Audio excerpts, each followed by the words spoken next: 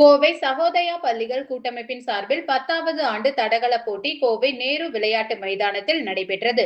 கோவை, திருப்பூர், ஈரோடு மற்றும் கரூர் மாவட்டங்களில் 40ற்கும் மேற்பட்ட பள்ளிகளை சேர்ந்த மாணவ மாணவிகள் இப்போட்டிகளில் கலந்து கொண்டனர்.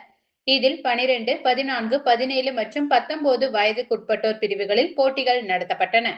போட்டிகளில் 12 வயதிற்குட்பட்ட மாணவர்கள் பிரிவில் ரக்ஷன் ஜெய் அஸ்வத், முகேஷ் சாய்ராம், 12 வயதிற்குட்பட்ட மாணவிகள் பிரிவில் ஷான்விகா, 14 வயதுக்குட்பட்ட மாணவர்கள் பிரிவில் கவின் பிரணவ், மாணவிகள் பிரிவில் ஆருத்ரா சைந்தவி, 17 வயதுக்குட்பட்ட மாணவர்கள் பிரிவில் கார்த்தீஸ்வரன், மாணவிகள் பிரிவில் ஜெய் நிதர்சனா, 19 வயதுக்குட்பட்ட மாணவர்கள் பிரிவில் மோஹித் சூர்யா, மாணவிகள் பிரிவில் ஹர்னி ஆகியோர் முதலிடம் பிடித்து தனிநபர் சாம்பியன்ஷிப் பட்டங்களை வென்றனர்.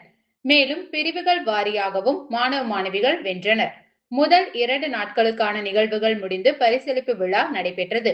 கோவை சகோதயா பள்ளிகள் கூட்டமைப்பின் நிர்வாகிகள், சிறப்பு விருந்தினர்கள் கலந்து கொண்டு வெற்றி பெற்ற மாணவ மாணவிகளுக்கு பரிசுகளை வழங்கினர்.